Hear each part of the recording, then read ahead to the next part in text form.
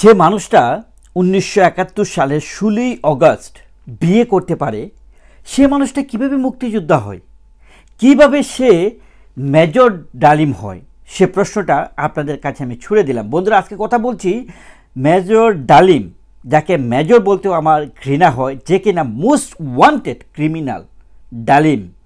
আর যার সাথে লাইভ হয়েছে সে হচ্ছেন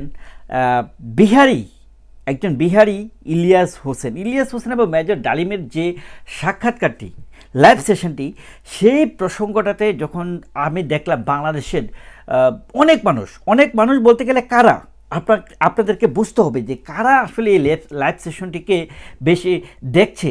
দেখাটা কোনো সমস্যা নয়, কারণ আপনার শত্রুপক্ষের নলেজ আপনার থাকতে হবে, তাহলেই আপনি যুদ্ধের ময়দানে আপনার শত্রুকে দমন করতে পারবেন। খেয়াল করে দেখেন, এই যে আপনার লাইভ সেশনটিতে আমি দেখলাম যে অসংখ্য কমেন্টস, যেখানে ডালিমকে বলা হচ্ছে যে বীর সন্তান, সূর্য সন্তান, এই ধরনের কমেন্টস করা হচ্ছে।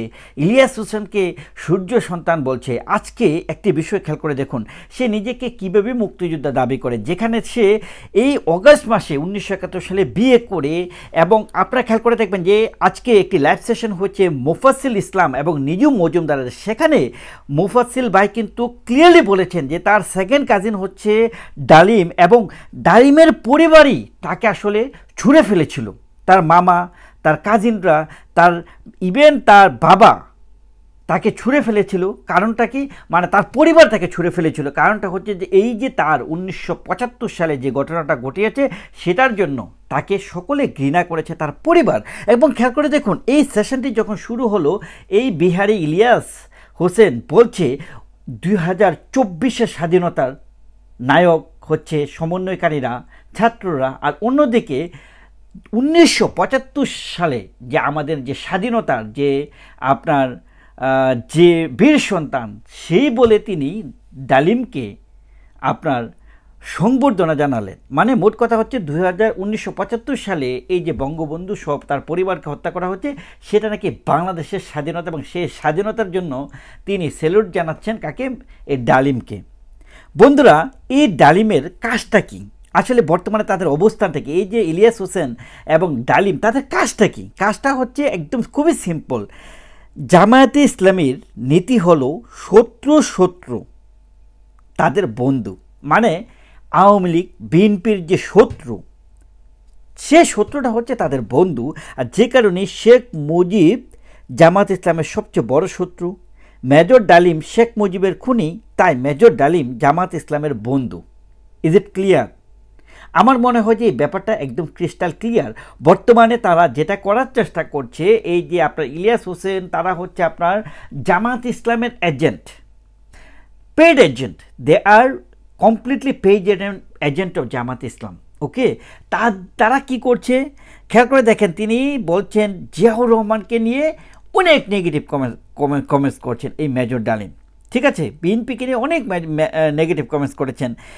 আসল বিষয়টা হচ্ছে এখানে যে একটা বারবার একটা পয়েন্ট ঘুরে ফিরে আসছে, সেটা হচ্ছে যে -2 ফর্মুলা, আওয়ামী লীগ এবং বিএনপিকে কীভাবে বাংলাদেশ থেকে আসলে মাইনাস করা যায়, সেটাকেই আসলে তারা পৃষ্ঠপোষকতা করছে। আর সেই জন্যই তিনি বলছে যে এই যে ২৪ জুলাই অগস্টের যে অভ্যুত্থান, সেটা নাকি আংশিক বিজয়, পুরো বিজয়ের জন্য ইস্পাতের মতো এই জামায়াত ইসলাম, ছাত্র শিবির, হিজবুত তাহরির, যারা এই আন্দোলনের স্টেক হোল্ডার, তাদেরকে ইস্পাতের মতো দাঁড়িয়ে থাকার কথা বলেছেন। যে যুদ্ধ শেষ হয়নি, তারা বলে না যে আবু সাইদ মুগ্ধ, শেষ হয়নি যুদ্ধ, বলে না, এইরকমই আর কি। মানে ইস্পাতের মতো দাঁড়িয়ে থাকার আহ্বান করেছেন এই আপনার ডালিম।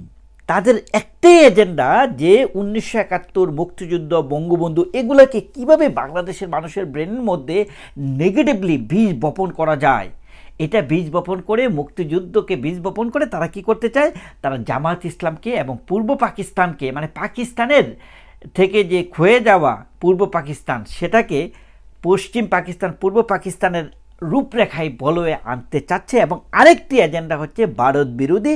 এবং তিনি আরেকটা প্রকাশ্যে বলছেন যে এই মুক্তিযুদ্ধে ভারত নিয়ে নেগেটিভ কমেন্টস করছেন, মানে ১৯৭১ সালে ভারত বিরোধী কমেন্টস করছেন।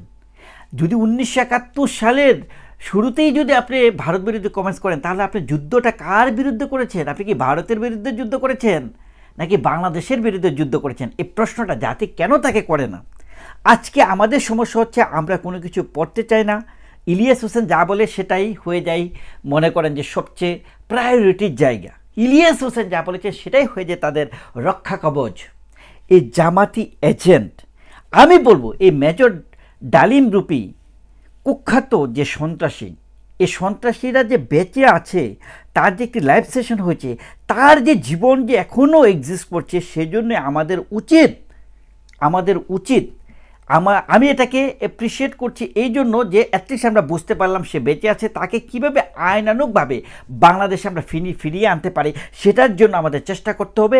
এটা ভালো হয়েছে আমরা জানতে পেরেছি যে সে বেঁচে আছে, যেন বাংলাদেশের মাটিতে তার বিচার জন্য আমরা করতে পারি, সেই চেষ্টাটা আমাদের থাকবে। এবং সাথে ইলিয়াস হোসেনের মতো নব্য রাজাকার জামাত ইসলামের এজেন্টদেরকে বাংলাদেশের মাটিতে শায়েস্তা করার জন্য মুক্তিকামী মানুষই একদিন লড়বে, এটা আপনাদেরকে আগাম বার্তা দিচ্ছি। ভালো থাকবেন। Thank you so much.